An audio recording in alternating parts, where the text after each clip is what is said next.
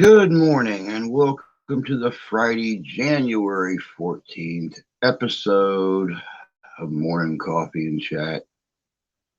Hope everybody's doing well this morning. Hope everybody's feeling healthy this morning. Been a rough night here. Been a very rough night.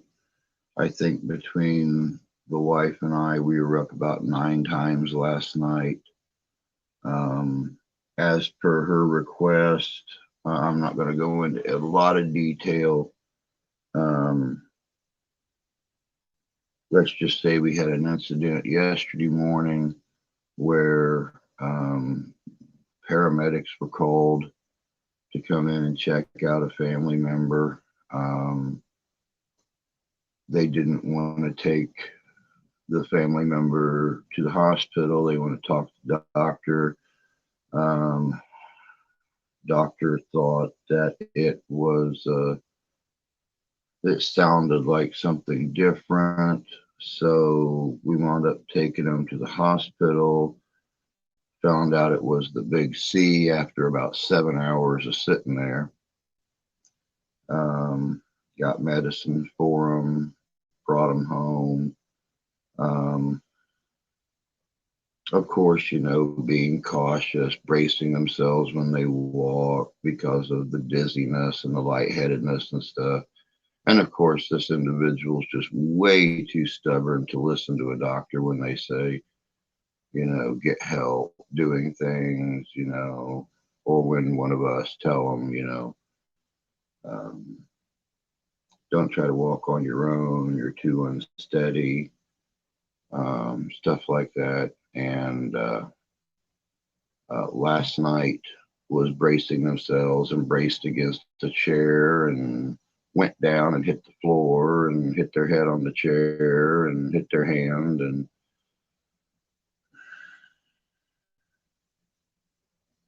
then wanted to go lay down and go to sleep. So been up all night long checking on them. Needless to say, there was a couple other when I went to get the medicine. The wife picked up a couple of home tests, and one home test came back negative. One home test came back positive. So we have two in the household now with the big C fighting through it, and two of us are fine. So, good morning, JC. Good morning, Faith. Um, it's a lot to go through. I'm not going to keep going through it. Um,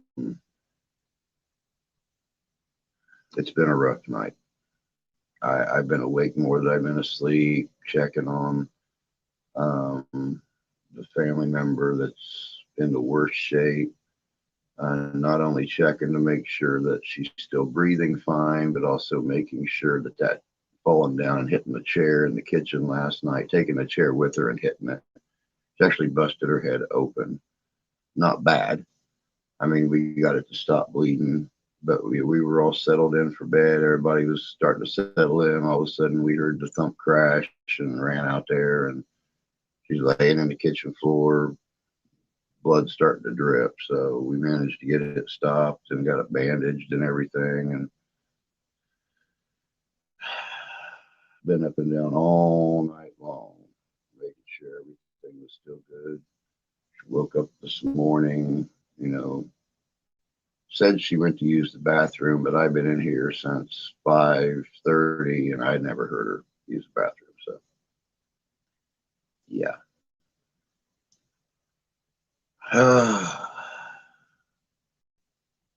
I'm not saying what I was asked not to. Um, Morning, Rusty. Morning, KG. Um, but I'm feeling much better now. I'm just exhausted. My arm still hurts, just not as bad as it did yesterday. Um, it's just something. Thank you, JC. I really appreciate that. Look, Um, it's just one of those. It's just one of those situations. Me and the wife spent a lot of time last night trying to just think, and it's one of those situations where there's fewer days ahead than there are behind, and it just the realization hits when you see them sick, and you know time is uncertain and everything. So thanks, Book. I appreciate that. I really do. The baked chicken and rice for breakfast. Never had baked chicken and rice for breakfast. Had chicken and waffles for breakfast.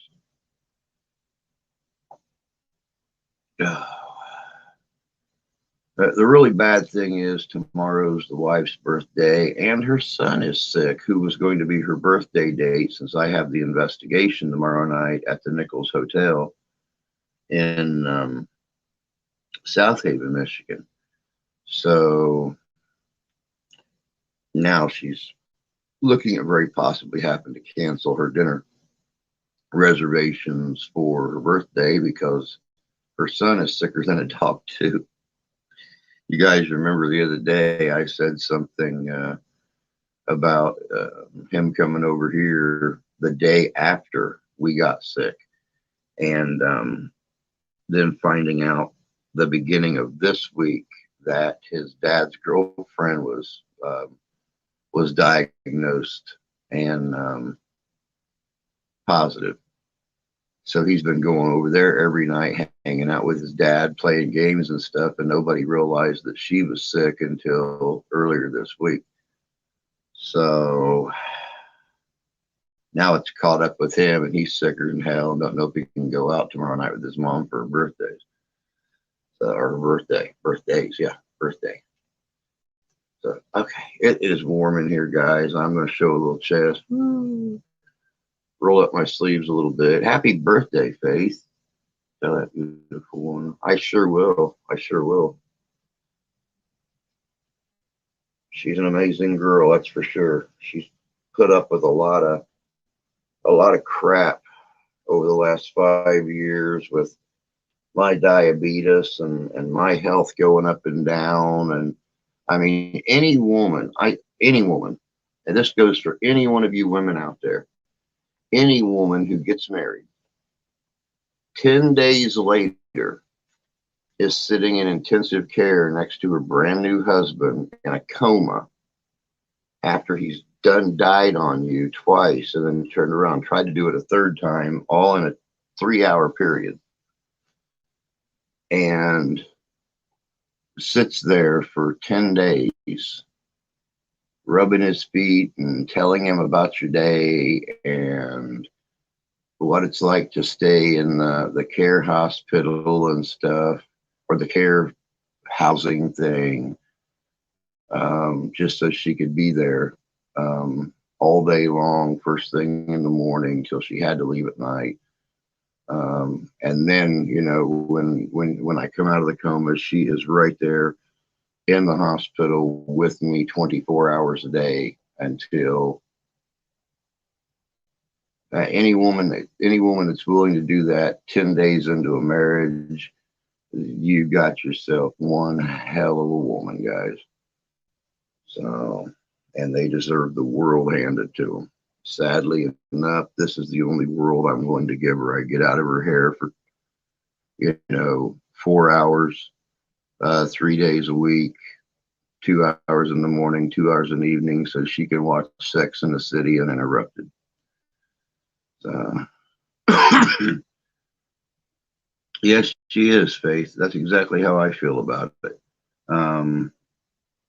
I just wish I could give her more. But since losing the old channel and losing my monetization and stuff like that, until I can get this rebuilt again, there is no income coming in. She's supporting the family all by herself. And be honest with you, that's one of the reasons I want to blow this thing up. I want to be the biggest parahistorical channel on YouTube. So one day she don't have to go out and bust her hump anymore. I mean, here she is now. She's going to lose days of work again because she tested positive. So yeah, she rubbed my feet, dude, and she hates feet. She don't even like you to walk around the house without socks on. She hates feet that much. And yeah, the whole time I was in the coma, she would sit there and rub my feet and talk about what her and her mom and um, my best friend at the time, what they were doing when she wasn't able to be in the hospital with me.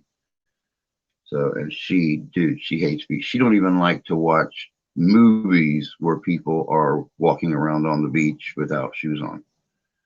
So that's how much she hates feet.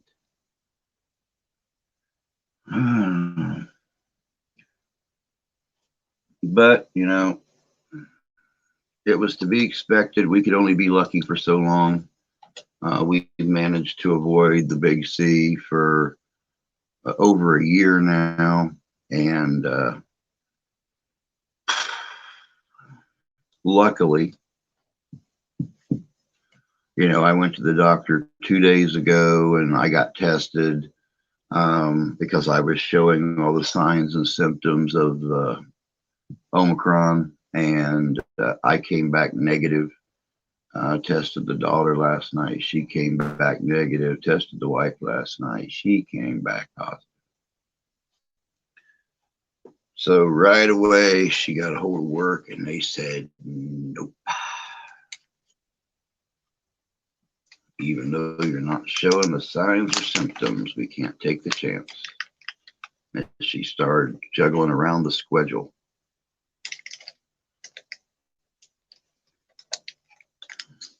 Which is really kind of cool because now I've got her here to help with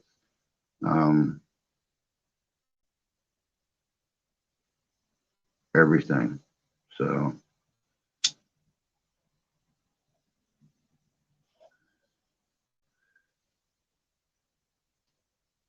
thanks. Look, I appreciate it, guys. I mean, it's last night was more the falling down thing and the fact that she right away wanted to go lay down. And there's no arguing with her. When she wants to do something, she's going to do it.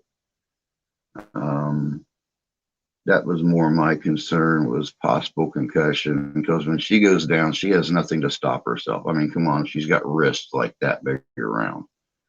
She's 83 years old. I mean, you can't stop a fall, especially when you're leaning on an old kitchen chair and it goes down. And that was more my staying up and down all night long, or getting up and down all night long to go check on her, make sure she's still breathing. And the really funny thing is she's lost so much weight. We had to get ring sizers for her wedding ring and stuff, the little plastic piggy tail things you put on the bottom of the band so they don't slide off as easy. And she'll sit there and she'll spin them and she'll actually unscrew the piggy tail right off her ring band. So we finally got her broke of spinning the pigtail off. So now she just sits there and she'll spin her ring. I was watching her sleep last night and she's in her sleep spinning her wedding ring. It was really funny. I kind of chuckled at her like 1:30 this morning when I was looking at her. She's sitting there, she's just spinning her wedding ring around. They're hard headed. You get to be almost to that century mark, and you don't got to listen to us kids. However, it makes me feel really good when she refers to me as a kid. What can I say?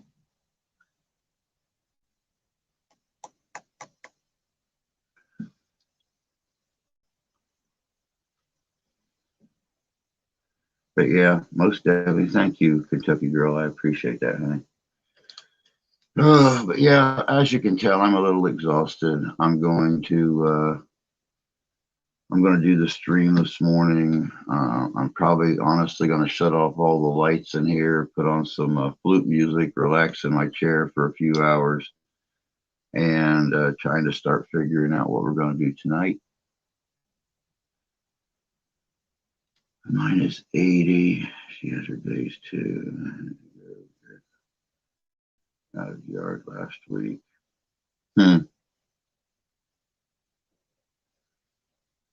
Well, in between the age and her femoral shakes, the fact that she's got that,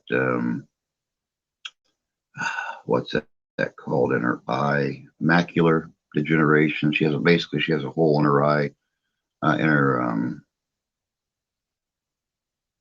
in the cornea, so she don't see very good out of that eye at all. Um, Alzheimer's disease, and now we're thinking dementia is starting to set in a little bit. But she tries to be so damn independent, and she just can't get it through her head that hell, it was just 2 years ago. Um, I was catching her trying to crawl up on the counters to wipe the windows and stuff. I'm like, will you get the hell down off there before you fall and hurt yourself? Bobby. Oh, that's cool. That's cool. Wake for Bobby this evening. That's very cool. Well, Bobby sounded like a very, very cool individual who was willing to help out other people, and do things for them and stuff. Even though he didn't have a lot himself, he still found the time to go out and help other folks that needed things repaired and stuff like that. And that's, to me, that's the best kind of person right there. The person who really don't have much themselves, but is still willing to go out and help others live a little better. So, prayers to Bobby, and, um, hopes and prayers that it's a great wake for him. There's a lot of laughter. There's a lot of remembering. There's a lot of food, and everybody really enjoys that time of reflection and memory. Now she has a brace on her ankle from bone bruise. It's not broken. The bone is just bruised.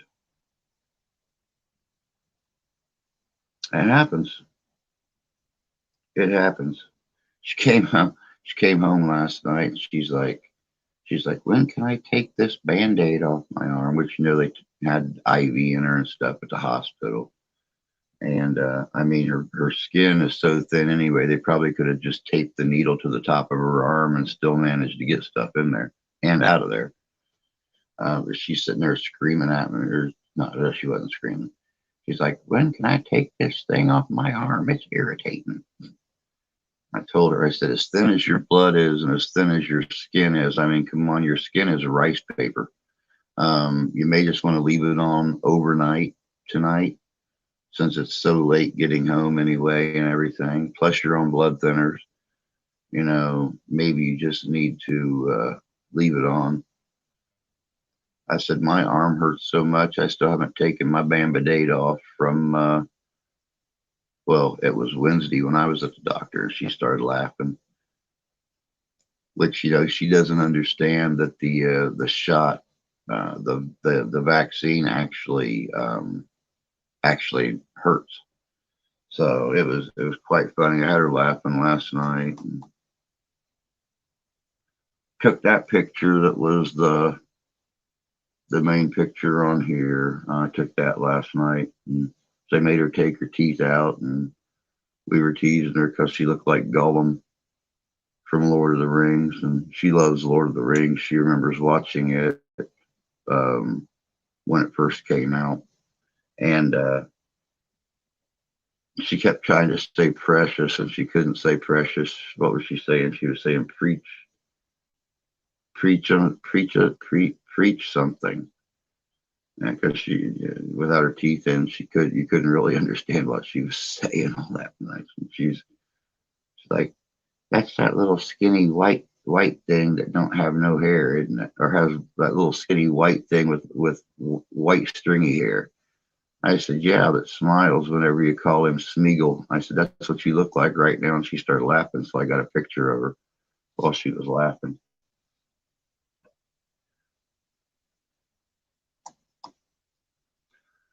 But yeah, like I said, tomorrow Danny will be here, probably around 3:30 or so, um, 3 o'clock, 3:30, something like that, to pick me up, to head to Hotel Nichols in South Haven, Michigan. This will be our very first overnight investigation. Um, we'll be doing a complete lockdown in the place. The manager, owner, and one of the housekeepers will be there for interviews. This place had a lot of activity the last few decades. So it's going to be a real interesting night tomorrow night. Oh.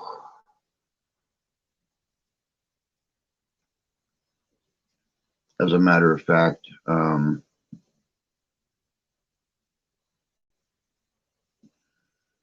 yeah, yeah, still going. The wife wants me to go. She said that she's got this handled,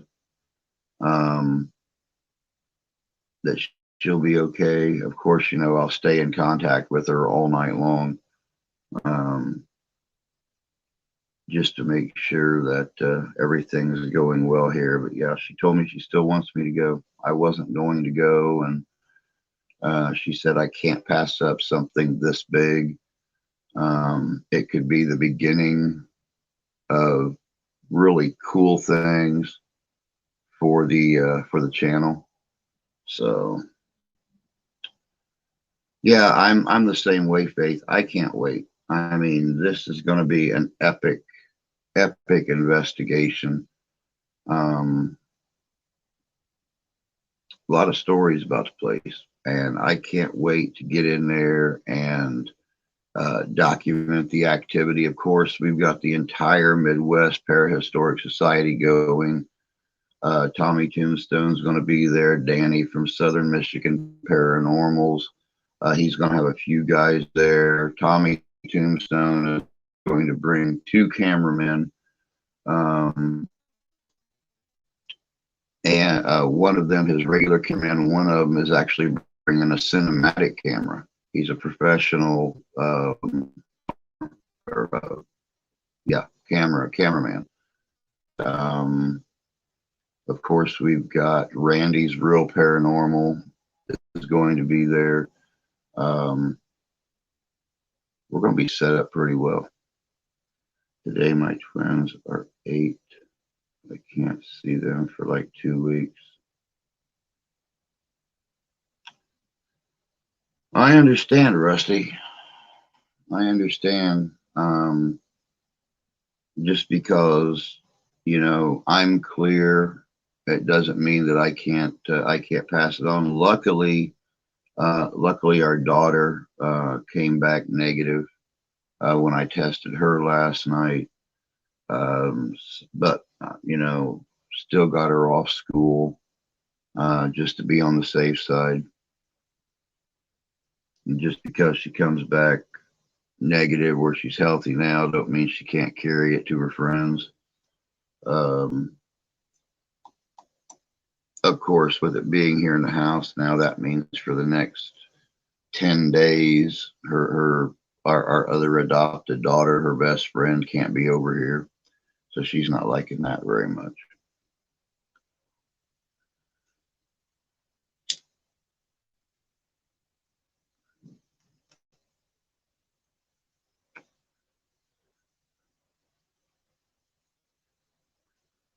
So yeah, I understand exactly where you're coming from.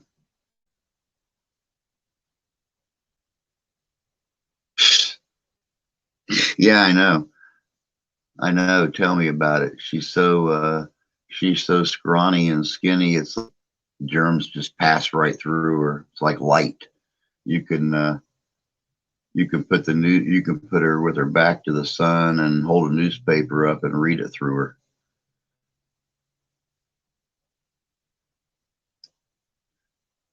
You know my saying on that. I keep telling her she loses another half pound, she's going to fall through her own butthole and hang herself.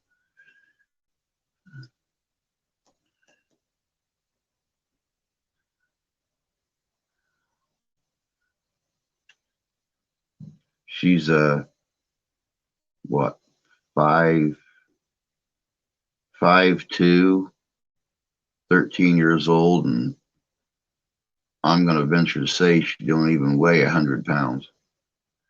So, all right, here we go. We got us some Today in History featuring Rusty Allen. Take her away, Rusty. 1639 First Continental Constitution, Fundamental Orders adopted in Hartford, published by Roger Ludlow.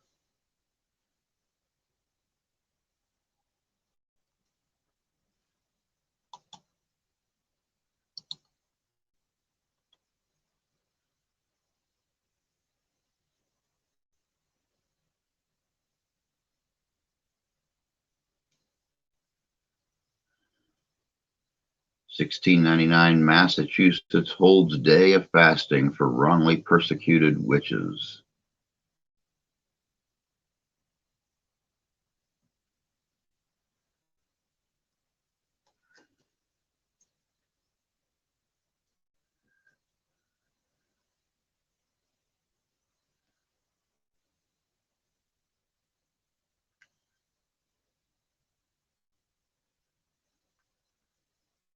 'Course, any I want to make sure and let you guys know too, any donations sent in on this morning or tonight's live stream is pretty much going to keep us afloat for the next 2 weeks. Of course, I've got to supply my own everything for the overnight. Plus, with absolutely nothing coming in here, Michigan is not letting people file for unemployment when they're off work for COVID, even though they're supposed to. It's a general order from the federal government, but Michigan is not doing it. So anything that's sent in is just going to help keep us afloat till she gets her paycheck 2 weeks after she goes back to work. So a month. How about that? 1784 U.S. Congress of the Federal Confederation ratifies the Treaty of Paris, signed September 3rd, 1783, ending in Revolutionary War, and forwards it to Great Britain. 1794, Dr. Jesse Benet of Edam, Virginia, performs first successful cesarean section operation in the U.S. on his wife. Every man's dream, getting to cut into his own wife. Grr. Contract of interest, 1799. Eli Whitney receives government contract for 10,000 muskets. 1813, Gideon Hawley becomes first state school superintendent in the U.S.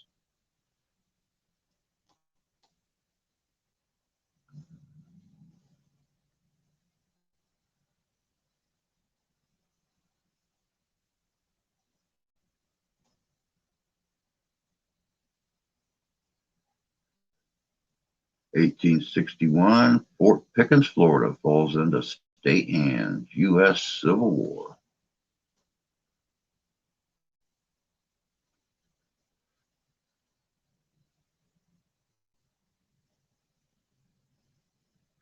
1863, battle between gunboats at Bayou Teche, Louisiana.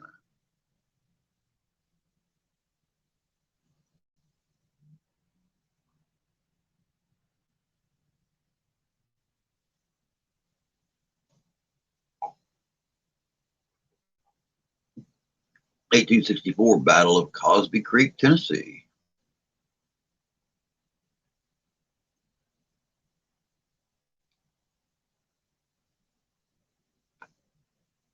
1864, General Sherman begins his march to the south. General Sherman's march to the sea.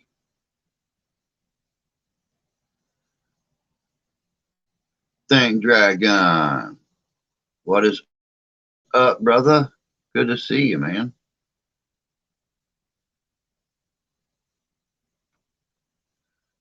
1868 North Carolina Constitutional Convention meets in Raleigh. Good morning, Terry. Good to see you, love. Hope you're doing well.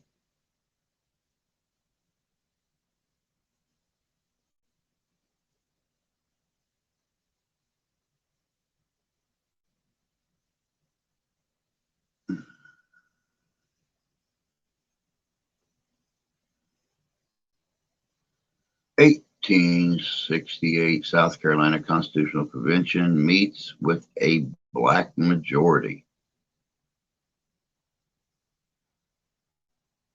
Our mayor's been notified about the lady in the shack about to fall.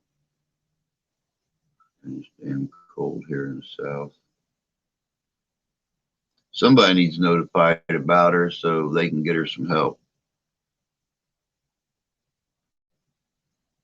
1873 celluloid, registered as a trademark by its inventor, John Wesley Hyatt.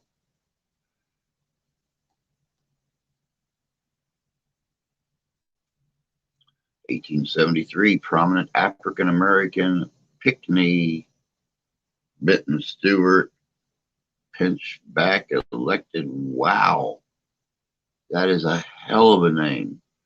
Pinckney Benton Stewart Pinchback elected to U.S. Senate, though never seated due to state election controversy. Today marks exactly 56 years ago that President John F. Kennedy was assassinated by Lee Harvey Oswald. Sadly enough, 56 years. Oh, dude, things are bunched around here. The wife's got the big C.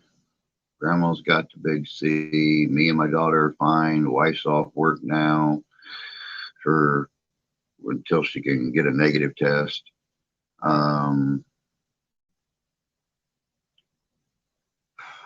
Last night was tough. Just watching over grandma, making sure she's all right, making sure she's breathing fine. She fell last night in the kitchen, hit her head pretty hard, actually busted her head open a little bit. We got the bleeding stopped. She wanted to go lay down. She wouldn't take no for an answer, so we were up all night long, up and down, one of us or the other, watching her, making sure that she was still breathing and everything was good. And it's been a rough 24 hours. I hope everything's better your direction, though. 1874, I.D. Shad elected Speaker of the Lower House Mississippi Legislature. Major cyber attack against Ukraine. Looks like Russia's at it again. Probably go to war. God, we could only hope not. 1878, U.S. Supreme Court rules race separation on trains unconstitutional. Hope you're right, Dragon. Hope you're right.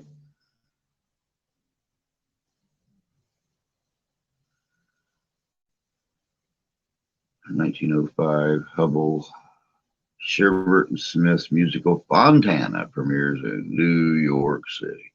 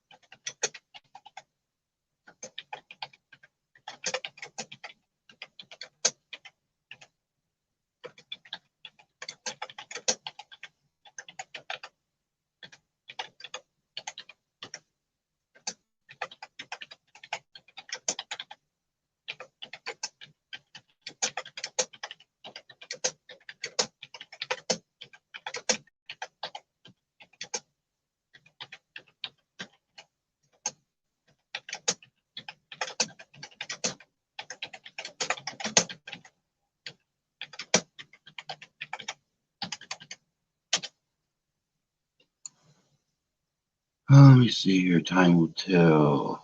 1932, first. I'm going to pin this to the top.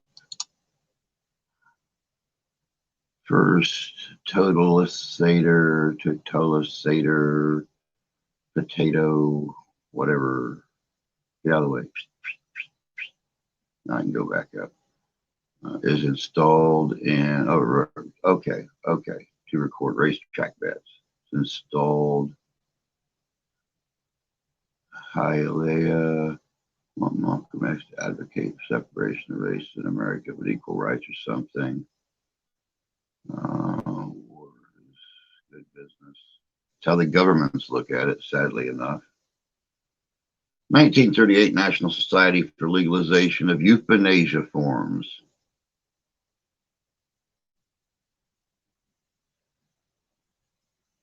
1939, all commercial ferry services between San Francisco and East Bay ends.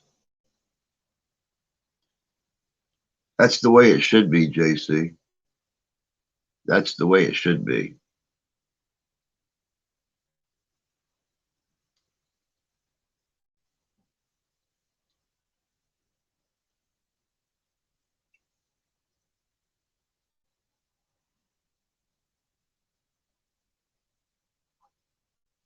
I always looked at the human race like a sugar cream pie.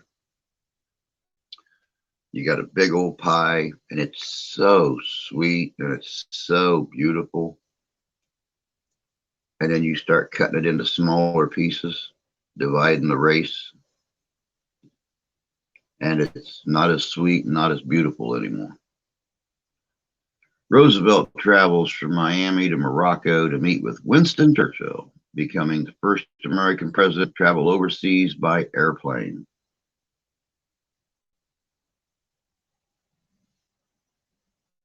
What generates the most clicks on the internet?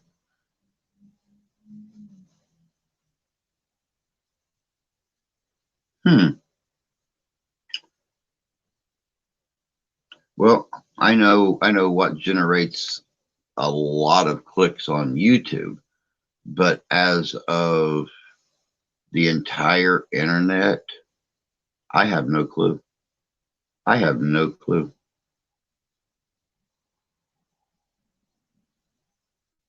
Rage? Wow. You would think with so many people in the world screaming and hollering for peace and togetherness and stuff like that, it would be the exact opposite. They wouldn't be clicking on the rage stuff. They'd be clicking on the giving thing. Channels like Darman and Life with Luis and stuff like that tells the inspirational stories of people helping people, people standing up for other people defending other people that can't defend themselves. You would think. 1950 U.S. recalls all consular officials from China. Yeah, JC, that's it. Porn. Yeah. I would just about imagine that would be the most clicks on the internet. Thank you, Terry. I appreciate that. Appreciate that a lot. 1952 snowstorm in Sierra Nevada kills 26. And what? 80 years before that, snowstorm in the Sierra Nevadas killed about 26 due to starvation and a bad case of the munchies. That's why the TV promotes things like hate, sexism, and racism. It generates clicks. There really is no race, way, or gender pay gap. It's all created by the TV to generate clicks, and it works. Makes sense. Makes sense if you really sit and think about it. Well, no, Terry, I understand what he's saying. I just seen what you typed, and I understand what he's saying. With the way people see things, the way people perceive things, they show that stuff on TV because it makes people angry, and it breeds that rage, which in turn breeds more clicks in multimedia. So I understand. Yeah, it's against federal law for there to be gender pay gaps. It's not saying they don't really exist, but it's against the law. We all know as adults there are a whole bunch of jobs out there where women make less money than men do because the people running the companies are sexist or racist or whatever the case may be. 1953, WALA TV Channel 10 in Mobile, Alabama begins broadcasting. 1954, the Hudson Motor Car, oh, the Hudson, oh, what a car it was, merges with Nash Kelvinator Corporation, forming American Motors. 1960, U.S. Army promotes Elvis Presley to sergeant.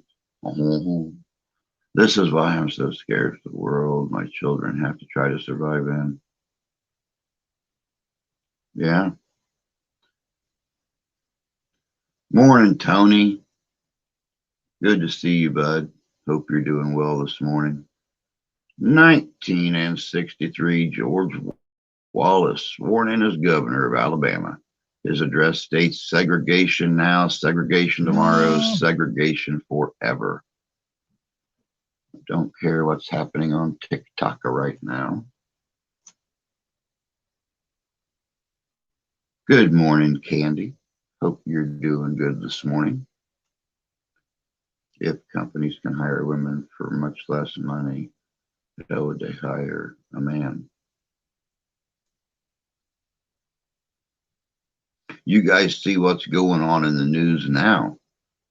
I guess from what I was seeing earlier, Kroger's grocery stores done their best to stay open last year during the onset of the pandemic and stuff to keep food available and stuff to people out in Colorado.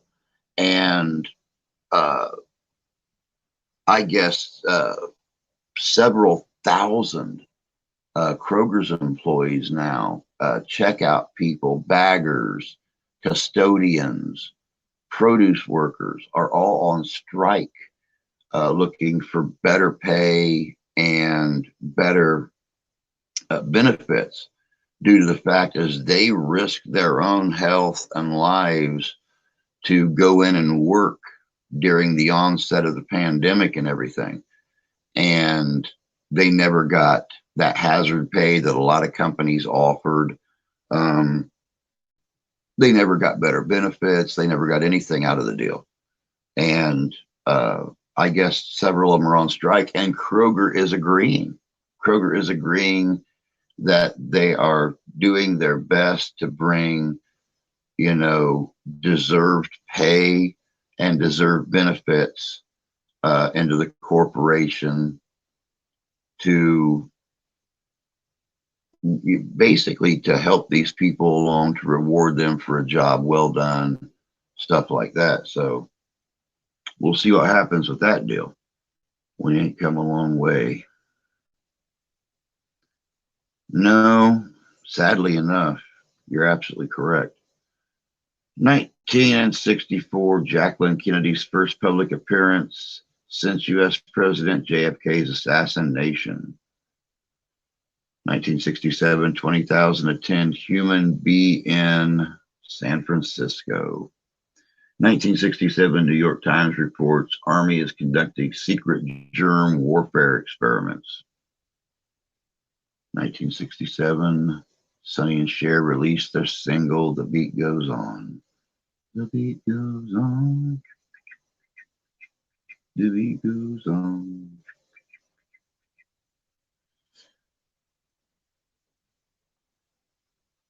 These billionaire companies need to pay up people away. They are so wealthy. Yeah, you're right. I agree completely.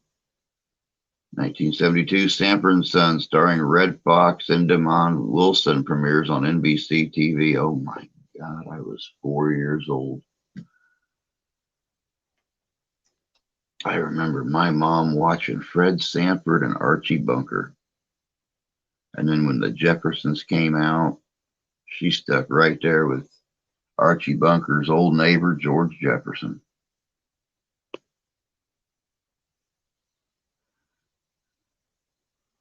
People need to realize that all this extra pay it's given will come from somewhere. Yep. Yep. 1972 WMAH TV, channel 19 in Biloxi, Mississippi, begins broadcasting. Those billionaires ain't giving up a cent. Good morning, Stephen. Hope you're doing good this morning, bud. No, you're fine. 1972 WMAU TV, channel 17 in Boone, Mississippi, begins broadcasting. The billionaires donate more of their money than you realize. Oh yeah. Oh yeah, most definitely.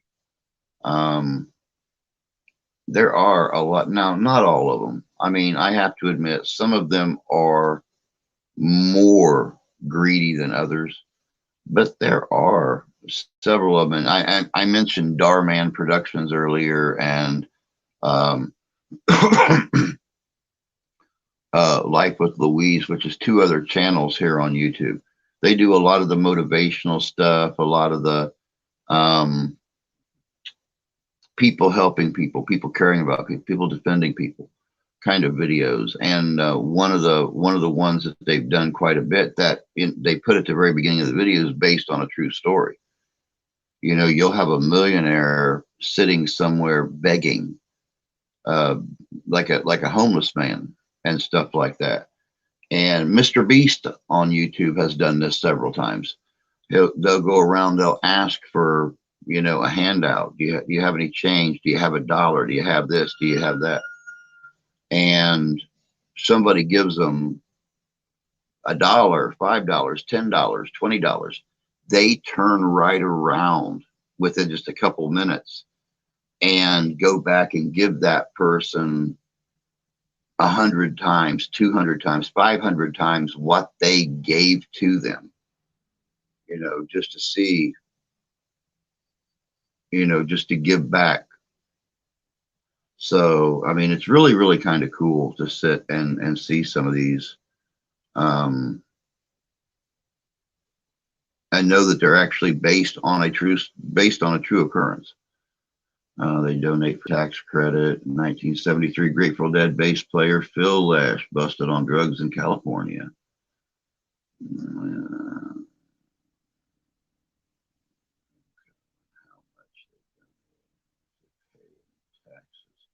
1973 Aloha. Let's keep it sweet, guys. Everybody has their own opinions, and everybody's opinion is important. 1973 Aloha from Hawaii, an Elvis Presley concert becomes the most watched broadcast by the individual entertainer. Grateful Dead, drugs, no.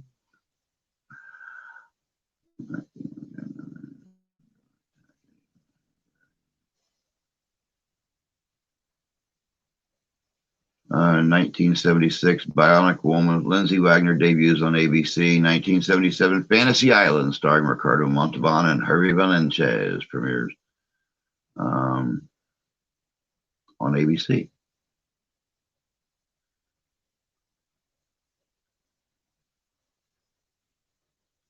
I read about the stuff too. I see it too, and I watch the stories about it and everything. So, I mean, it does occur.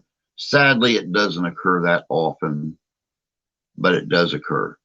And it would be really nice if those that do have gave. I mean, if you have $20 billion, you're never going to spend it in 20 lifetimes. I don't care if you go out and buy helicopters and planes and classic cars and shit you'll never touch. You'll stick it somewhere in a room just to be admired. If you have like that, I think it'd be really awesome to see it, gifted out, shared, things like that. Sadly enough, there's not a lot of people like that in the world. Historic event, 1979, U.S. President Jimmy Carter proposes Martin Luther King's birthday to be a holiday. Making generalized statements. Morning, Ethan. Good to see you, bud. Hope you're doing good. 1981, U.S. Federal Communications Commission frees stations to air as many commercials an hour as they wish.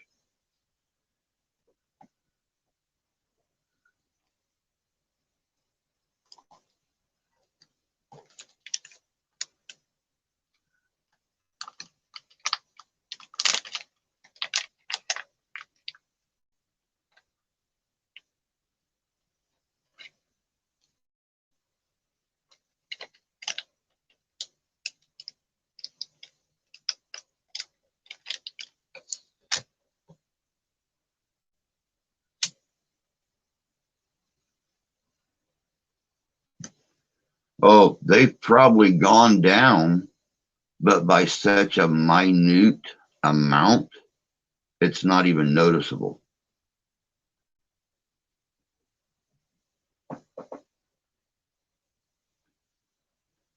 And see, everybody's making a valid point. I've known millionaires personally. I've known millionaires, and a lot of them will go out and they will make hefty donations to nonprofit organizations or things like that, and they do write it off their taxes. Well, some do write it off their taxes. Others don't. Others don't. I've seen it work both ways. So,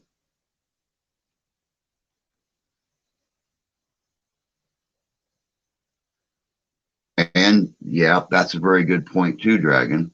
I've seen and read stories about people giving away a huge chunk of their money only because they know it'll be replaced within a year.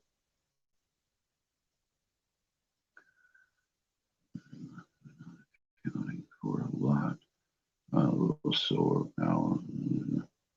Doing, hold on, come here. A little sore, but Alice, hope everything else is doing well. Hope so. 1985, 16 indicted by U.S. for granting sanctuary to Central American refugees. Oh, Alice, at least. I was starting to say, who's Alice? Least alive.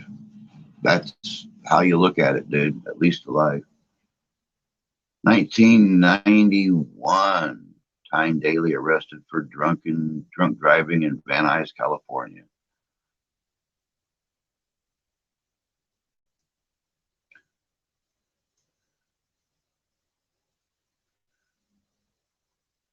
Good example.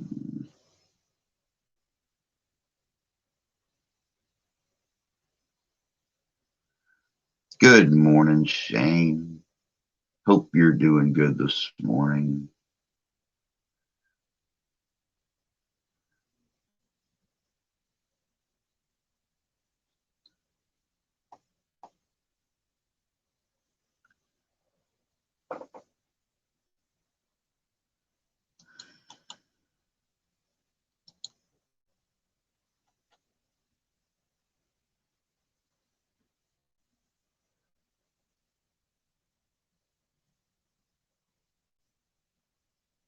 And that's your opinion, Wook, and you are more than welcome to your opinion.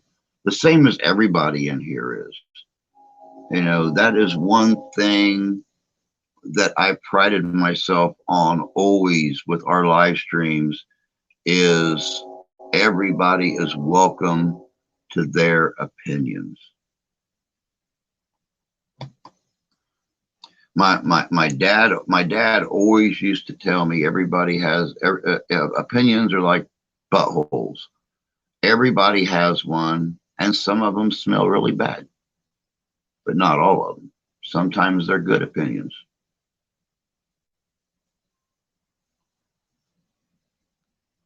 No one has told me now I have no problem with billionaire, particularly well, except for my governor.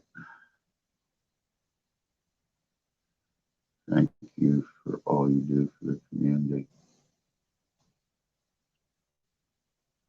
Rusty has the floor.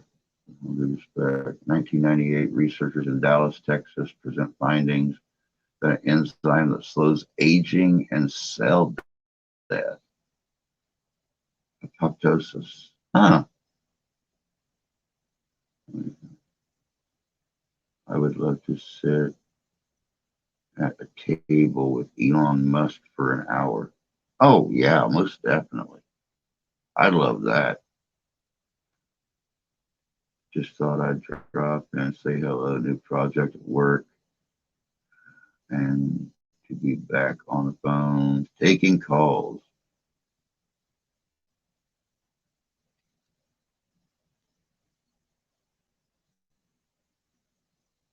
J.B. Pritzker, 2005 landing of the Huygens probe on Saturn's moon Titan.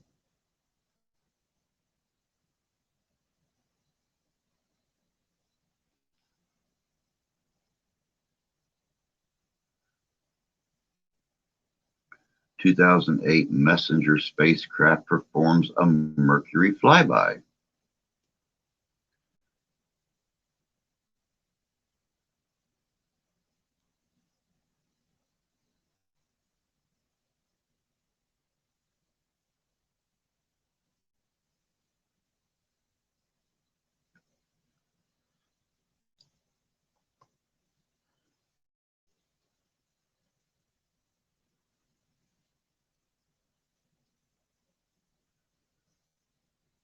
(2014) American journalist David Satter is expelled from Russia.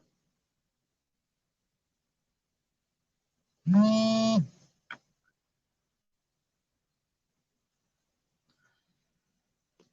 one cares about Scrabble. He's done a bunch of shady and shit for the purpose of reducing tax he pays. 2016 sixth Republican presidential candidates debate hosted by Fox held in North Charleston, South Carolina.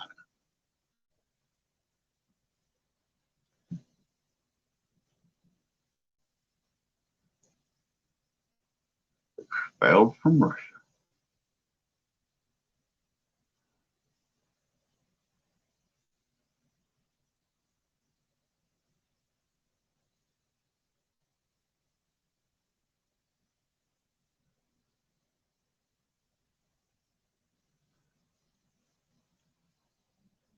All right, guys, it's 9 o'clock. I'm going to run to the pate. Oh, I'm sorry. Wait. The loo and take care of some business. I'll be right back. Be nice. Talk real nice amongst yourselves. Let's try to settle this without gunplay, boys.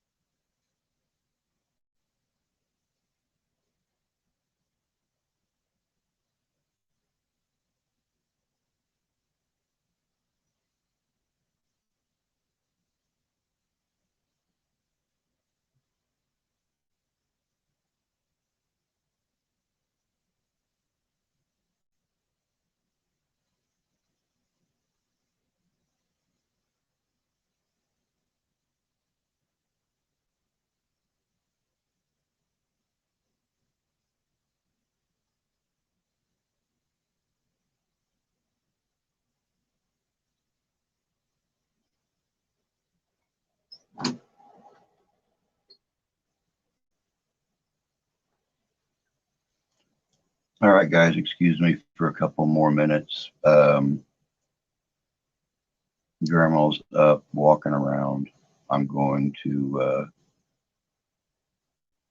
I'm going to go out here, stand outside the door just in case she needs help or she falls again. I'll be right back.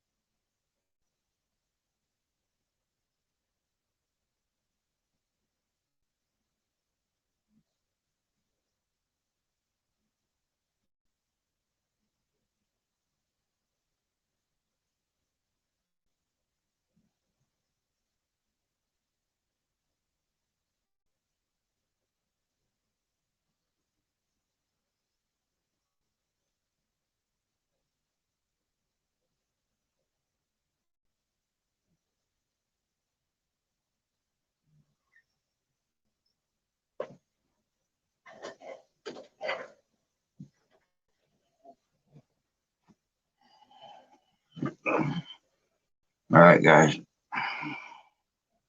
Now I get to catch up.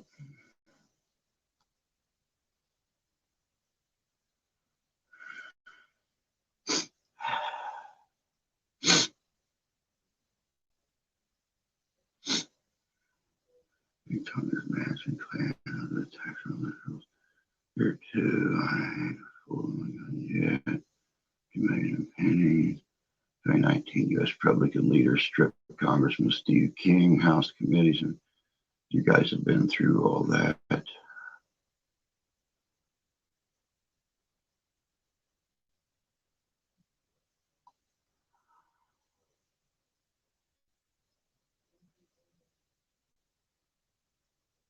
Morning, Ty. Hope you're doing all right this morning, bud.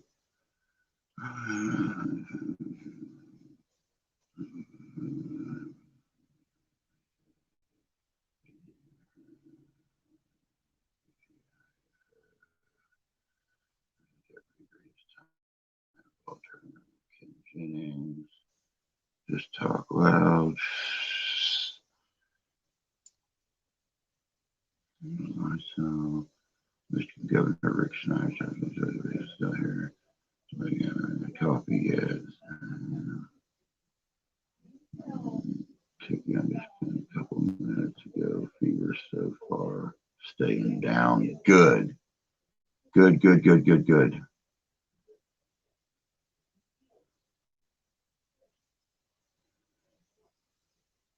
Thank you, Rusty, for today in history, even though I missed the last of it.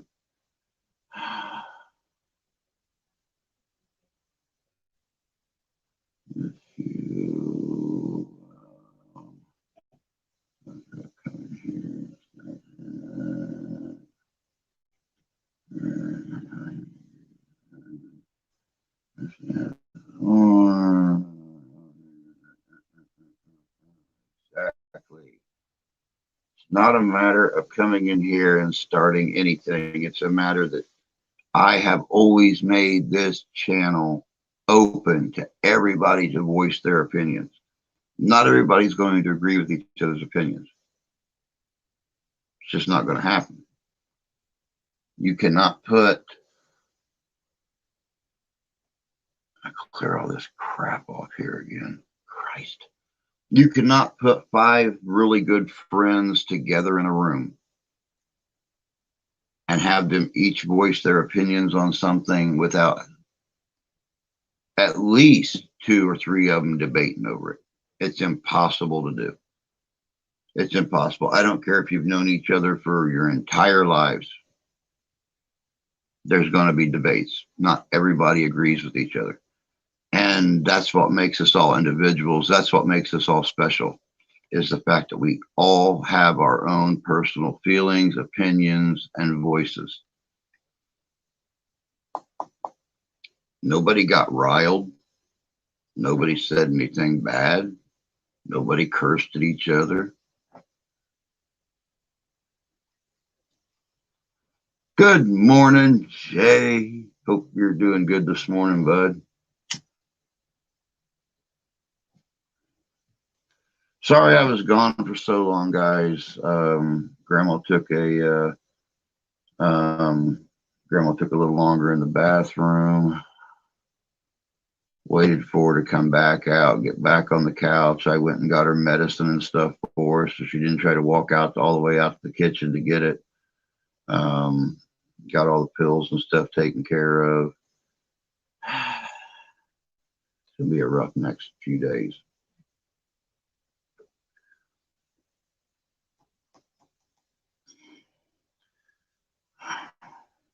That's what that's what the streams are all about.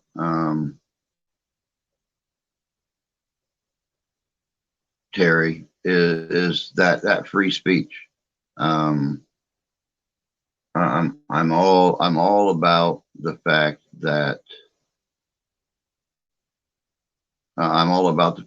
people have the right to speak their opinion. I may not always agree with it, but I keep my mouth shut and I sit and I watch everybody's opinion. See, I was routed our governor. I don't blame you, Tony. I don't blame you. If you have somebody that you know is mega wealthy and they're hoarding, I guess, can't be buried with it.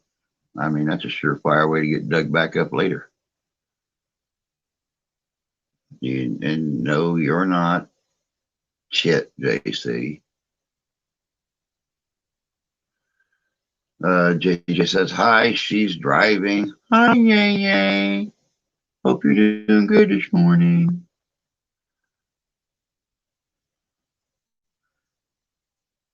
Well, Ty, after 7 hours at the hospital, she did not have another stroke. They diagnosed her with the big C. So after calling the ambulance yesterday morning, having them check her out, they say and contact the doctor. Um, the doctor said, "Oh, it sounds like she had another stroke. Take her to the ER." 7 hours in the ER, they said COVID. But this is the same hospital too, who anybody and everybody last year, and we have an RN that's part of the channel, and that she works at this hospital, and they anything. We know for a fact they were falsifying records and stuff because one person came in for a heart attack to the ER, and within 5 hours they said, "Oh, well, it wasn't his heart; it was COVID that caused him to have the heart attack." So they treated COVID instead of his heart, and he died. So they wrote COVID on his death certificate. And then the insurance company, along with the hospital representative, went to the family home and told them, we put down COVID because the hospital will get $10,000 from the government, and you'll get $10,000 more on his life insurance because of it being pandemic related. So I don't trust their judgment, but she is a lot wobbly, a lot more wobbly and stuff like that. She was holding on to everything last night to move around. We all went to bed. She wanted to finish her cigarette, so we left the door open and was in there watching TV. Big C.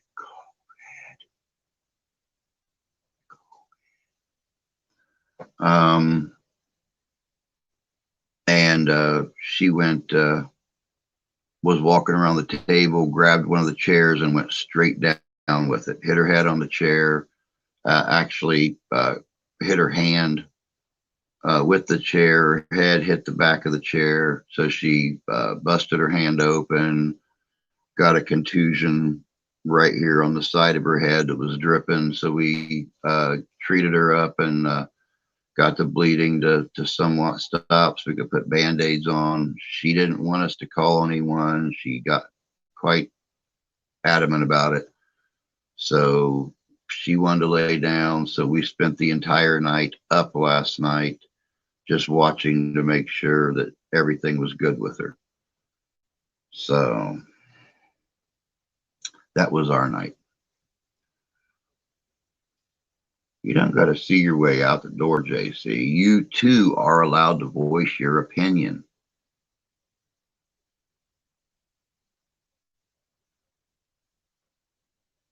Yeah, it was very interesting, Jay. It was very interesting, and it still will be.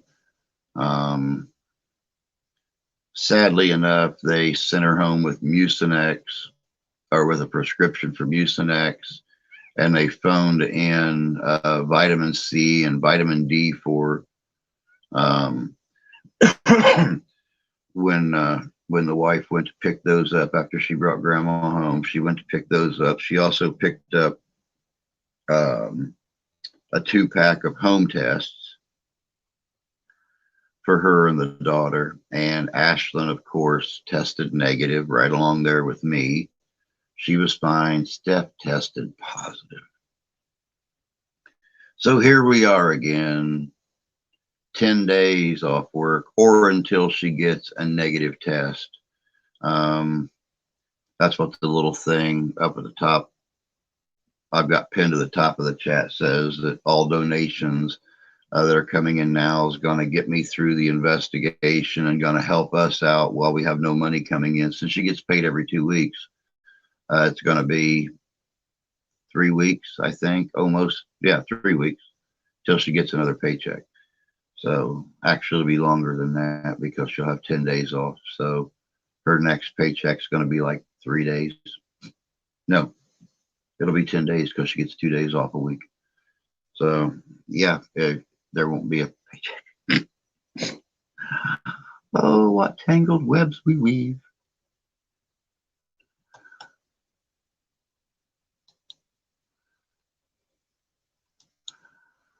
When life gives you lemons, pucker up, Buttercup. Because even the lemonade gets bitter after a while.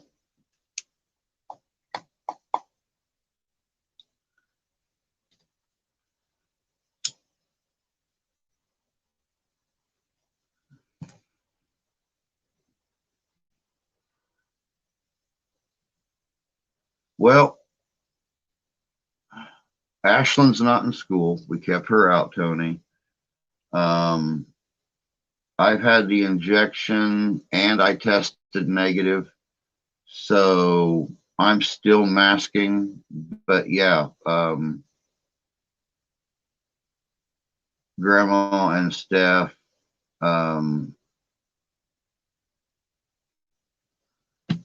they aren't going anywhere. I actually feel with the exception of the exhaustion of being up and down all night long, this is the best I have felt in a week and a half. My energy levels are back up. My stomach's not hurting. I'm gonna kick this thing. Big C ain't dragging me down. Big D gonna whoop its ass.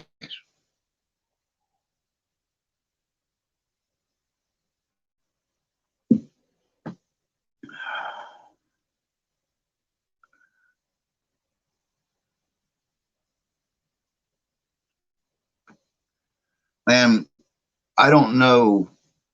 You make a really good point, Tony, and I want to like expand out on that.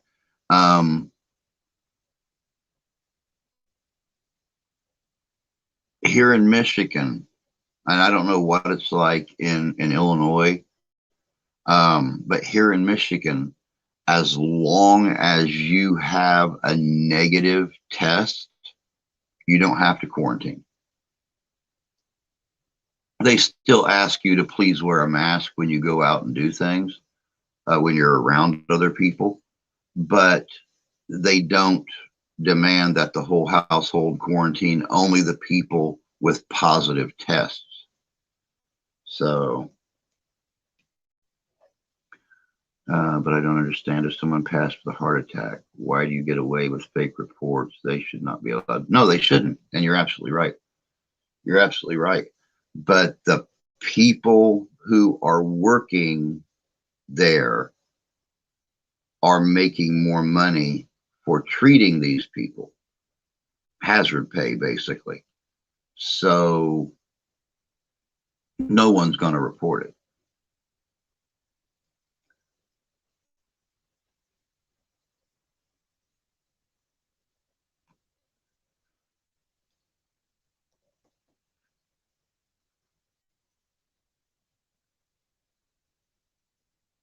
That's exactly it, Terry. That's exactly it.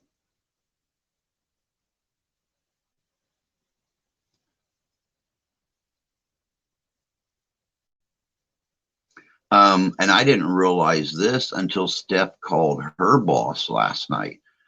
Just 2 days ago, I seen a report that came out of Washington where they said that we have got more hospitalizations due to Delta and Omicron together than we did last year at any given time. Over 880,000 people are hospitalized across the country right now with one variant or the other. When Steph called her boss last night, she said she had just got the email report from the corporation that owns the casino, and it is 1.2 million hospitalizations as of 5 o'clock last night that are now hospitalized with one variant or the other. So in a matter of 2 days, 3 days, it went up over another 200,000 people.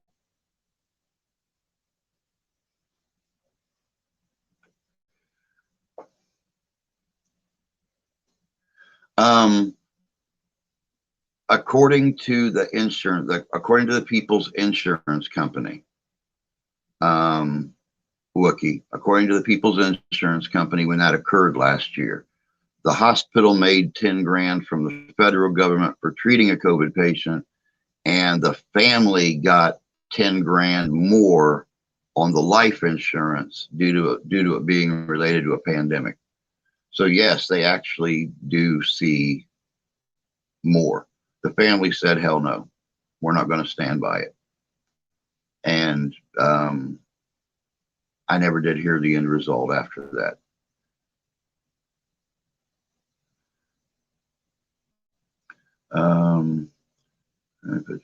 I saw a report out of Oregon that weed prevents catching COVID.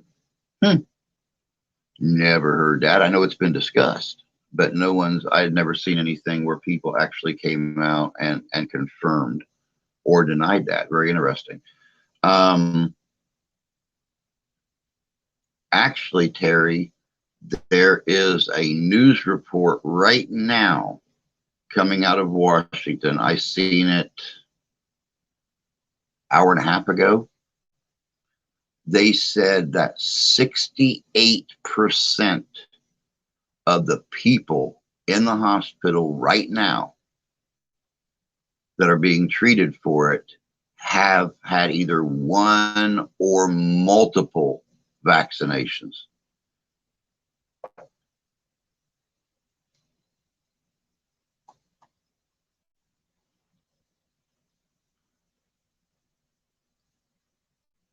The last I heard, it was 45%. Now they're saying it is 68% of people hospitalized across the country right now have one or multiple injections, and some of them have even had the new boosters and are still catching it.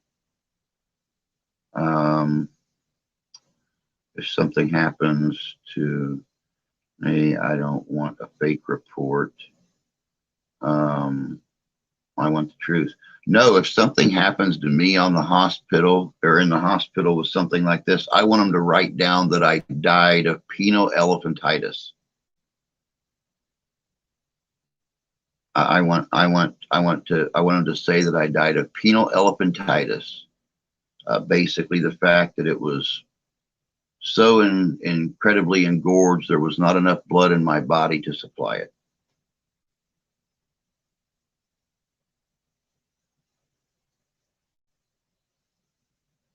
And I'm going to make sure that it's in my will, that they put that on my gravestone too.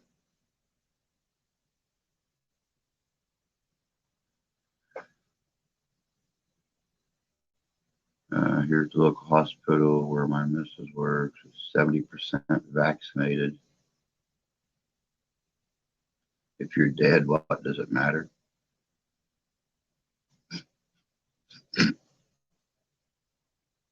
I was waiting for the cracks to start. I was waiting for the remarks to start. If you're going to dream, dream big. Exactly. Exactly.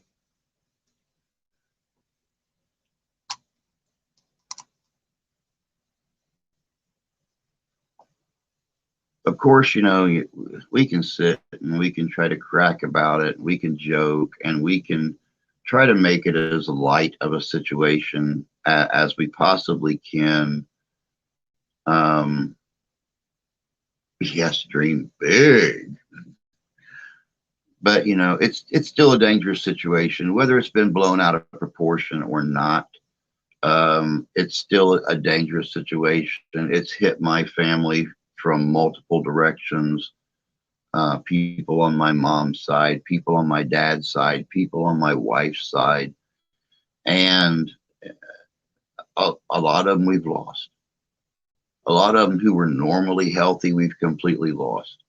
And we can try to make it as light of a situation as possible, but it's still a dangerous situation. Um, yes, the ICU, a few of my friends died. ICU from the vaccine, being fully vaccinated. It just, what do you do? I mean, and I mean, none of us are virologists.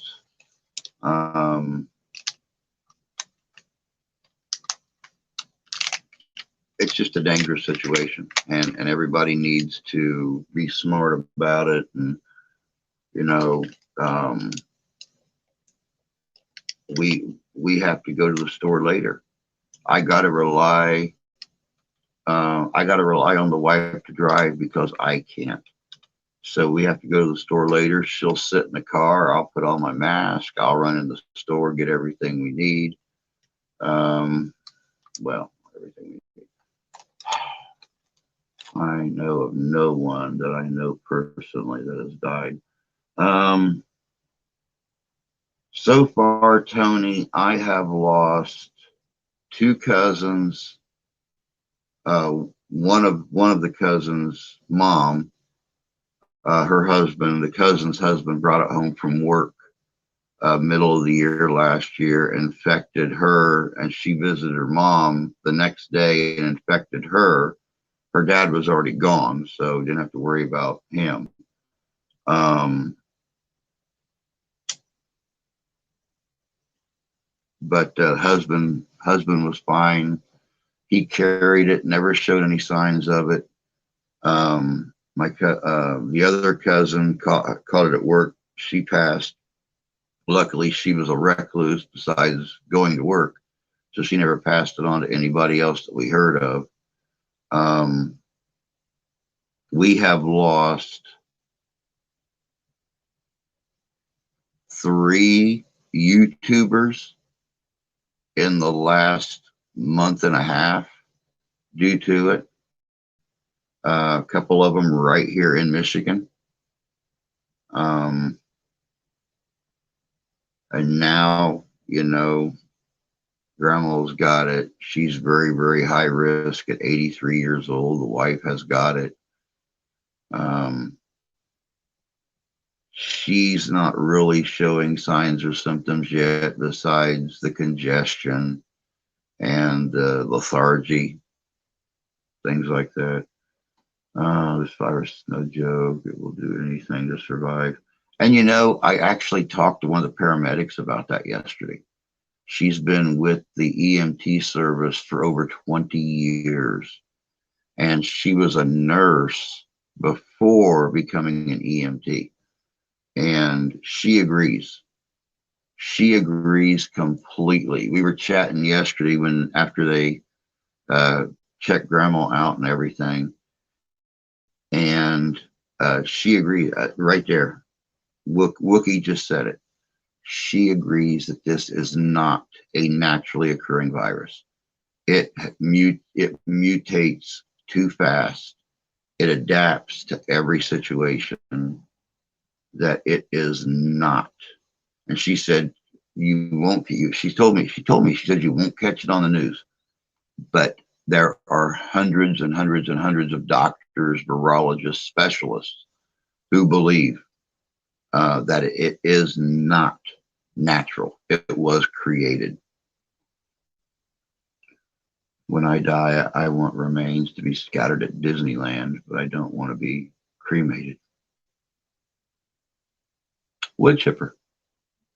That works.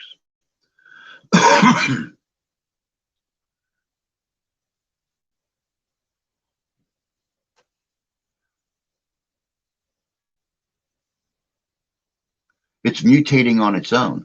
It's a smart virus. Um, it's mutating on its own. Now, that's not saying that it's not getting help from different places in the world. I mean, don't forget, Omicron first surfaced in South Africa. So that's not saying that it couldn't be getting a boost from somewhere, or it's adaptive to the region it's in.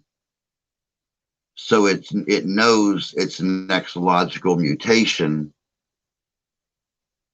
based on that region. And then it just spreads from location to location to location.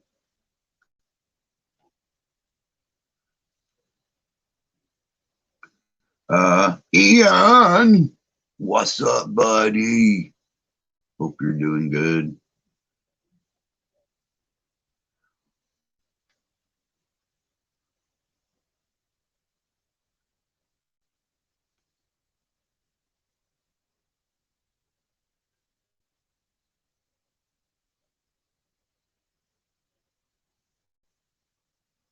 The transmissions of these variants really doesn't add up, which again is why a lot of professionals think and believe that it is not a naturally occurring thing. Viruses normally, based on the type of virus it is, are transmitted through breathing, expelling, mucus, things like that. Or you have got viruses like HIV that not only go through the mucus, but also go through all bodily fluids, whether it's blood, semenic, anything like that. This one here doesn't transmit the same way with everybody. This one here, you can catch it from the saliva, you can catch it from mucus, you can catch it from anything. So, you know, like, we've been great here in the house. No one's had any problems. All of a sudden, you know, here's grandma showing all the signs that she had another stroke, but she's not showing the signs of being ill. And boom, big C. My daughter has been right here with us, even through the last, what, 8, 7, 8, 9, 10 days we've been sick. When I was having the stomach problems and the headaches, the wife was having the clogged up nasal passages, the real bad headaches, things like that, the body aches. My daughter, fine, nothing.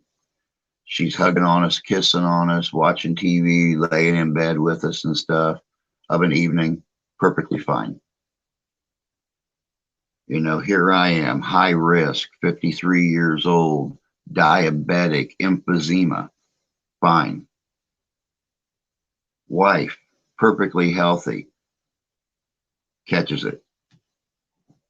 So it's not showing any regulated transmission parameters. It's just doing whatever it wants to do.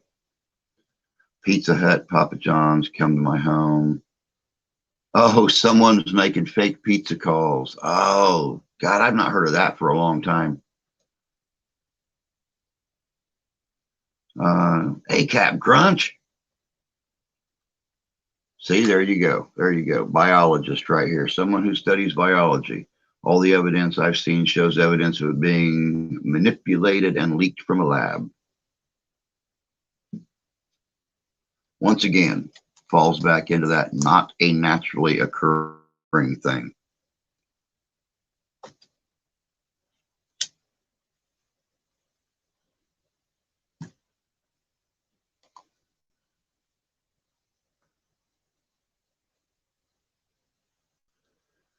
Oh, goodness gracious, guys.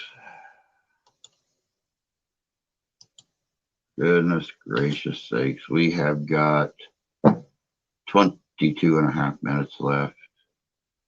This new variant is how we get to herd immunity. As soon as they make a shot for it, it'll mutate. Yep. Exactly the way it did with Omicron.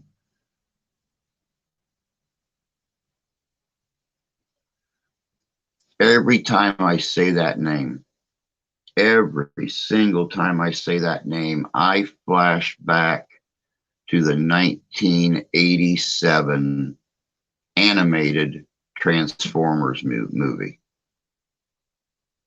I cannot believe I called that when the World Health Organization, when this thing first showed up in South Africa, and the WHO said they were going to go to South Africa and they were going to give this thing a name. It would probably start with O. I looked at my wife, just joking, and said, wouldn't it be funny if they named it Omicron? And she said, what's Omicron? I said, do you remember the old Transformer movie, the cartoon? I said, Omicron was that giant planet-sized robot through space and devoured planets. Omicron was a planet destroyer. And sure enough, they named this damn thing Omicron.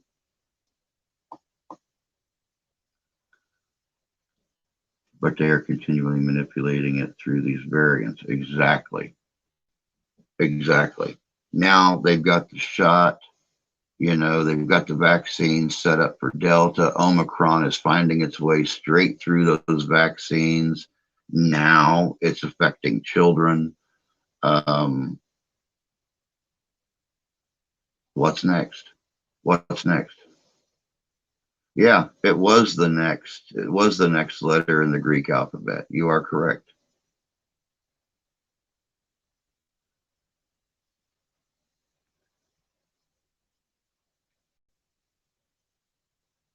I still thought it was I still thought it was an irony.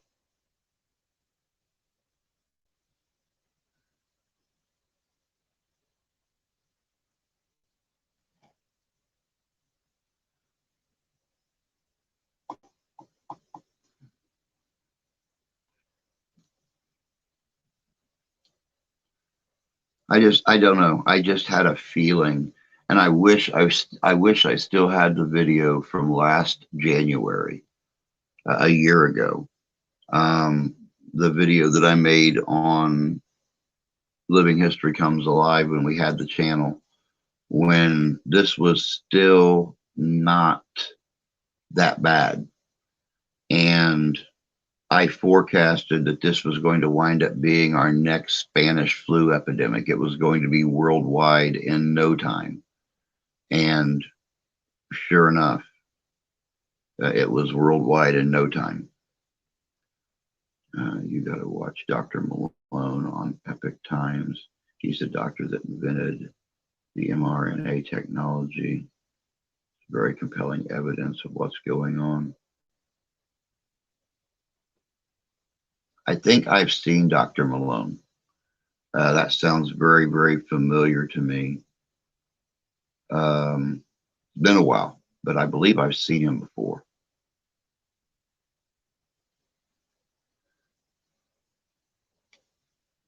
I stay on top of this thing constantly. I know a lot of people are tired of hearing about it.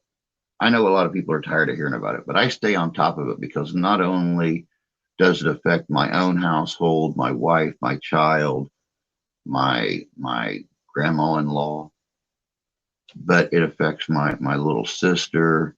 It affects her boyfriend in down by Indianapolis. It affects my late 70s and early 80s mom and dad in Tennessee. It affects all of you.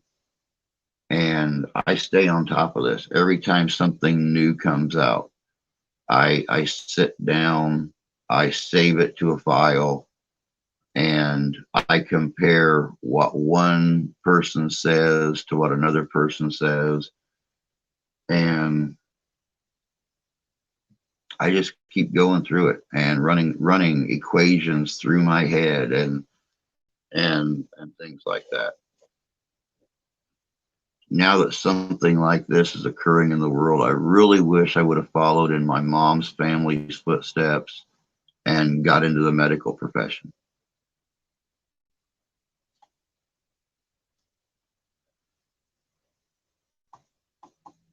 My mom was a nurse for years. Her mom worked in nursing. Um, God, she's got people in her family that were working in nursing during the Civil War, for God's sakes, multiple generations back. She's had doctors in her family that operated during the Civil War, and it just, God knows before that, nobody kept records really. But I kind of wish I would have done it. Now I could put all this to good use. Come here, cold coffee.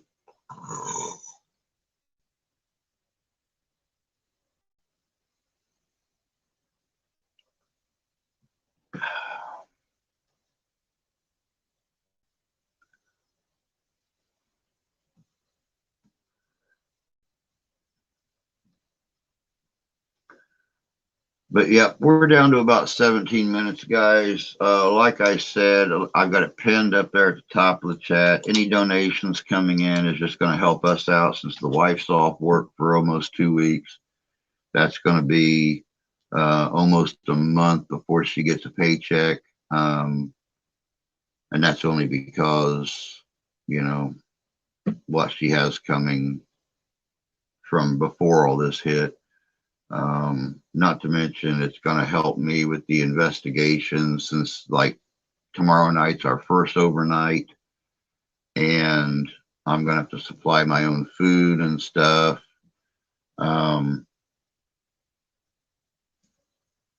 Plus the upkeep of the normal thing. But as soon as all this clears and the family's healthy again, all donations are going to start going back into the channel again. For those of you that was on the other day, you heard Santa Claus did bring me a very good quality metal detector. I now have to get, the wand and the graters and stuff like that to be able to go out. But as soon as warm weather hits, we are going to start going out and doing the original homestead sites here around the county. We're going to start doing some stuff over on Lake Michigan. One more feature here on the channel.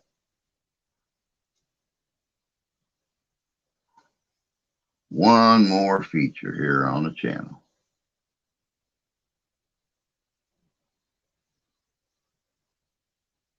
Oh, Christ.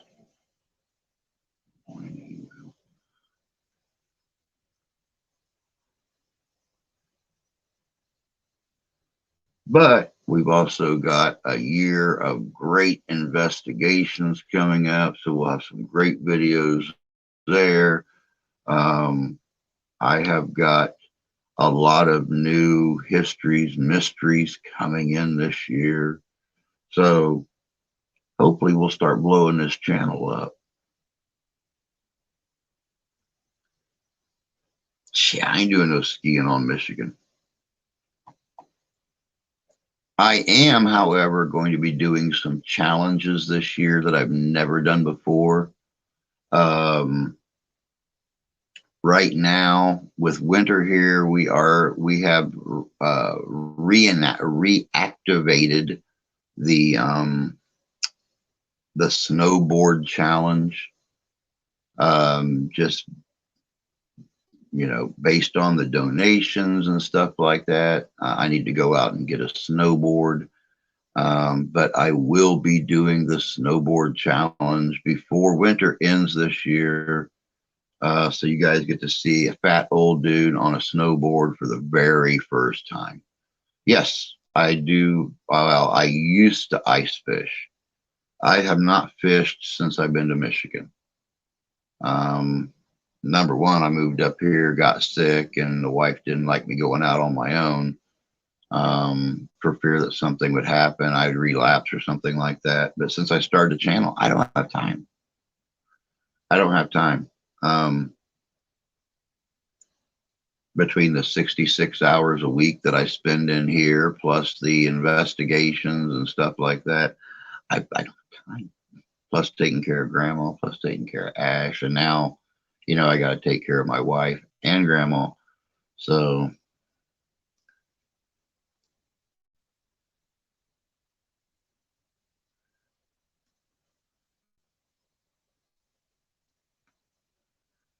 I can kind of agree with that, Captain Crunch. I can kind of agree with that.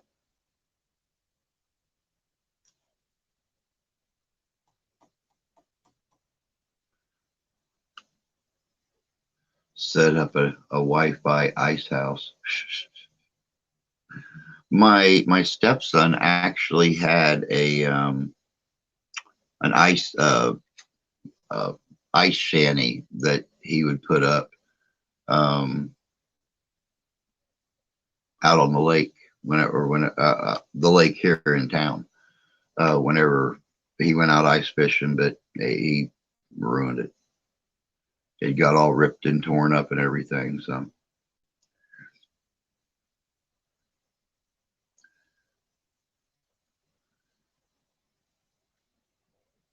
but besides the snowboard challenge, we have got the solo overnights or solo investigations in some extremely haunted locations here in the state. I'm working on those. I'm also working on a group investigation. Um, where I'm trying to get a large group together to take them out on an investigation. Possibly maybe 10, 15 people. We'll divide them up into groups of 5, 6, 7, whatever it figures out to, and have Danny take some out, have some go with Tommy Tombstone, have some come with me, and do investigations together. We got a lot of things in the works this year, plus the metal detecting stuff. You have great information. I'll be sticking around. Cool. Welcome to the family, Captain Crunch. Welcome to the family. Ice fishing never appealed to me. Too cold. I don't like the cold, but it's something that I and my dad and my grandfather, when he was still alive, when I was real little, he died in '83, right before I went into high school. It's something we all done together, and it's something I really like to do, but I don't like to do it alone. I like to have somebody out there with me. My stepson goes out with his dad, um, so I don't ever have anyone to go out with me. I would love to go out and ice fish. I love fish. Sadly enough, Grandma is allergic to anything that comes out of the water, so I can't even cook fish here. The only time that we get the chance to have fish or shrimp or something is if we go out happily. Yay. We got Texas Roadhouse gift certificates for Christmas from one of the family members. So I will be going out and getting steak and shrimp on Sunday.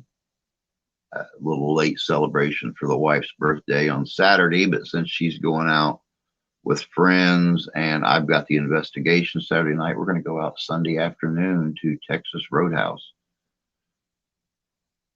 I might film a little, I might not, just depends on if she yells at me about getting my phone out. But of course, you guys know Texas Roadhouse, I'll be all gussied up.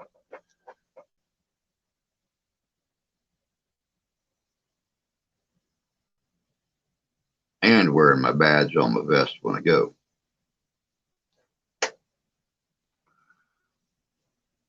When my grandparents lived on Halton Lake, used to watch Tip Up Town when they fished ice all the time. You are old, Rusty. It happens. And considering that I'm ill, summertime, I love to fish. Same with hunting. Just old enough. Yeah, just old is enough.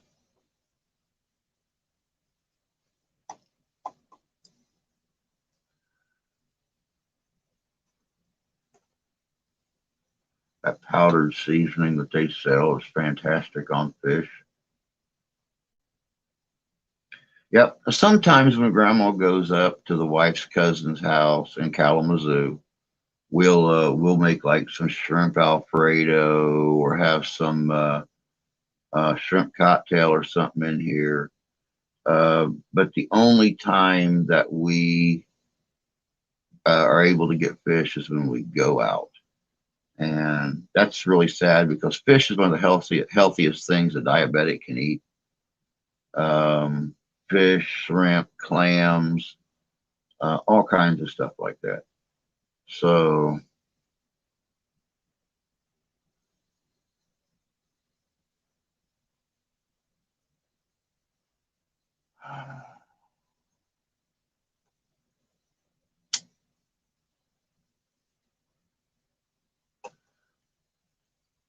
I think it was ribeye seasoning. I have to check into that.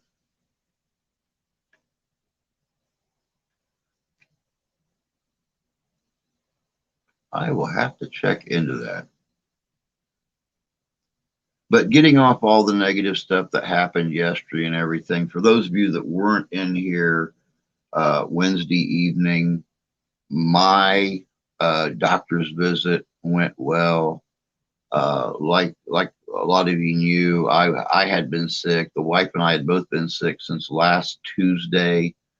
This Wednesday, I went to the doctor.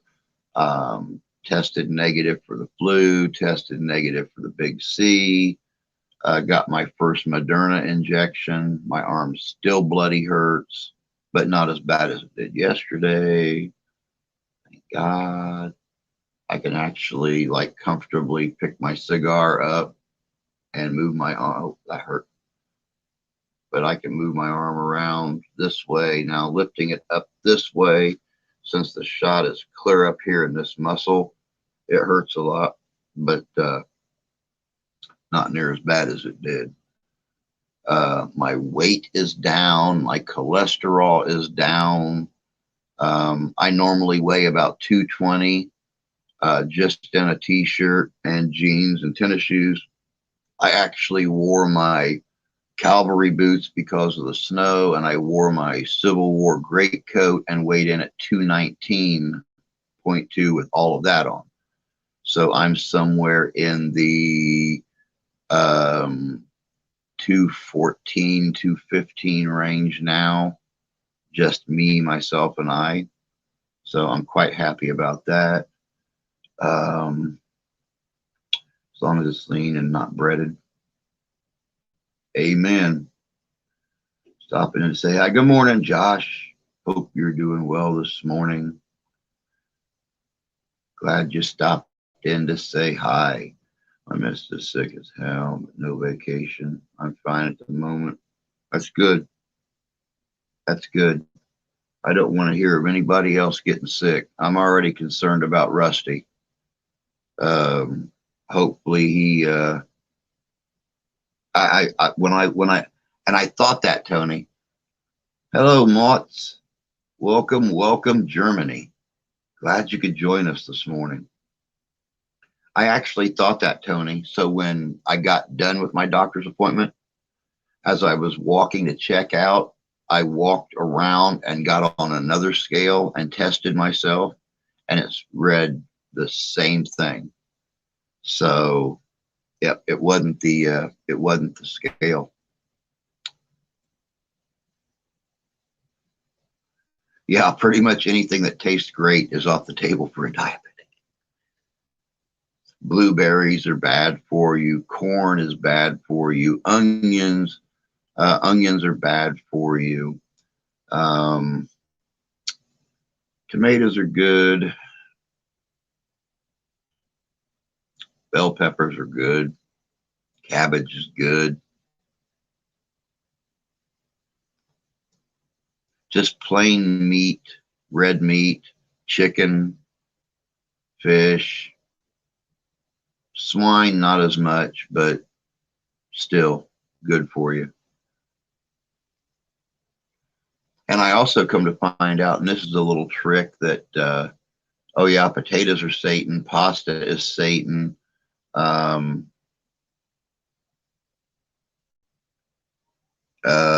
me think what else. Potatoes, pasta. There was something else. Oh, yeast, bread, of course. And don't believe it when they tell you that wheat bread is healthier, because it's not. The carb count is actually higher in wheat bread than it is in white bread.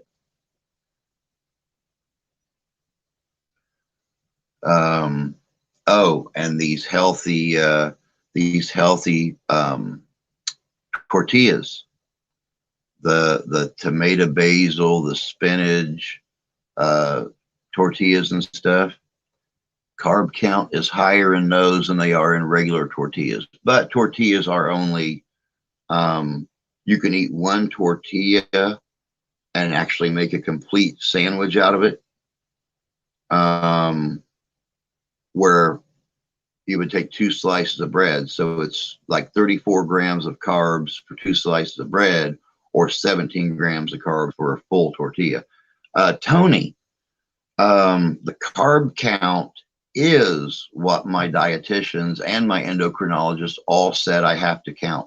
It's the carbohydrates, because sugar is figured into your carb count on your nutritional menu or your nutritional value on food. They said always count carbs. That's the main way to bring your sugar down. Pretty much potatoes exactly, Tony. I know first, and I've been type 2 since 2008. But yeah, carb count is what they said you have to check. That cheats everything that I eat. Complex carbs and whole grains are better for the diabetic. And see, that was the problem I was running into is, for lunch or dinner, eating 2 sandwiches or something like that. They said the 72, 73 grams of carbs is what was keeping my blood sugar up, to stop eating bread, period. So, but every endocrinologist, every doctor that deals with diabetes has a different belief on what causes the issues and stuff. But the good news is, since I quit eating bread, I don't eat potatoes that much. I very seldom eat pasta. I'm dropping weight. Yay. So, simple sugars. Yeah, but like I said, they also inform you that they inform you, one of the first things they inform you in your diabetic classes now is that sugar is figured into carbs when you do a carb count, when you're watching the nutritional value on food. So they said just monitor carbs. All right, Rusty, take care of yourself, bud. We are planning on to be on tonight. Don't know what we're going to do. I might do open mic again. Who knows? Who knows what we're going to do? But now Jan yells at me for eating bread all the time. But all right, guys, I'm out of here. Got to start getting things charged up and everything for tomorrow night. Gonna go out and sit with Grandma a little bit, keep her entertained,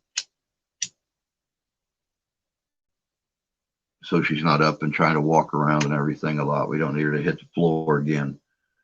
So until tonight, everybody have a great Friday. TGIF, y'all. Thank God it's Friday. But you guys all have a great day. Take care of yourselves. Take care of each other. God bless you. God love you. I do. And we'll see you tonight, 7 o'clock p.m. Eastern Standard Time. But until then, have a good day, y'all.